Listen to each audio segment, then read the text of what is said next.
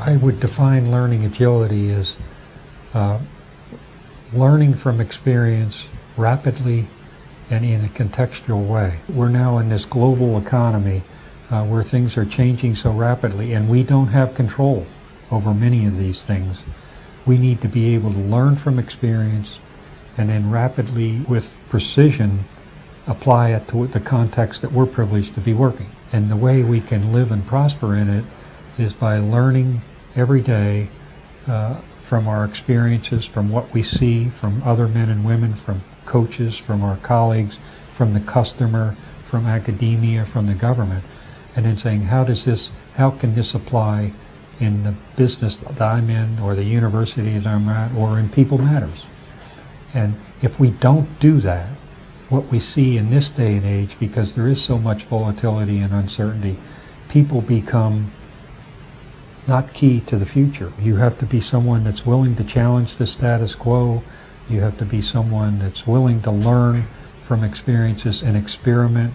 You have to be comfortable being uncomfortable, because that's the world we live in. So these are important skills. The good news is they can be learned. They're skills that can be learned and improved with various drills and exercises, which we at the Center for Creative Leadership do all the time. So are there some particular personalities which are more prone to be learning agile? Sure. Or do you feel this is something that really can be acquired by everybody? It's like everything else. It's like your famous cricket player that just retired. You're born with some God-given abilities, but unless you bring those abilities out, you're not going to be the person you're going to be. You're going to underperform to the opportunity. I think with the learning agility, we see that anybody can become more learning agile, but it does start with what we call a growth mindset. In other words, John Ryan doesn't think that he can only be as good as the DNA that he got from his wonderful mother and father. I can build on that DNA by having an idea that I can get better, I can learn. Now, some of us have what we call a fixed mindset, and it's not dependent on cultures, but it's dependent on, I can't do this, or I might embarrass myself, I might make a mistake. And of course, in some cultures, that is something that, is you don't want to be shown or to be vulnerable. You just have to become more comfortable being uncomfortable. Those are the people with a growth mindset that are willing to say, okay, I made a mistake, but I've learned from it. I want to hire people like that, because things are changing so rapidly. None of us are going to get everything right, but if we're learning agile, we'll get the big decisions right. So you're referring a little bit about culture.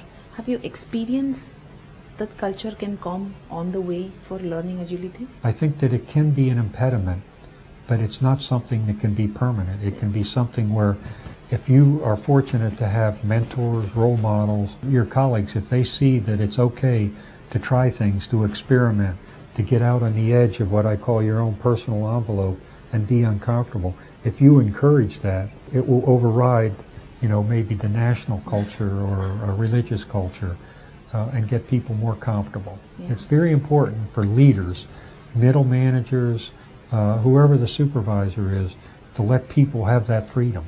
That's a key to the future. How do you see the business environment, business challenges emerging next year?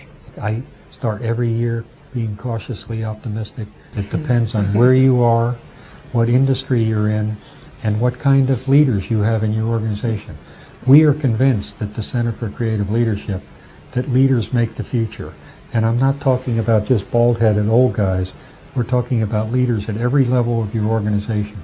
That's why we think leaders will make the future of organizations, institutions, countries, but it's not just a few. It's all the leaders in that organization. So it's critically important.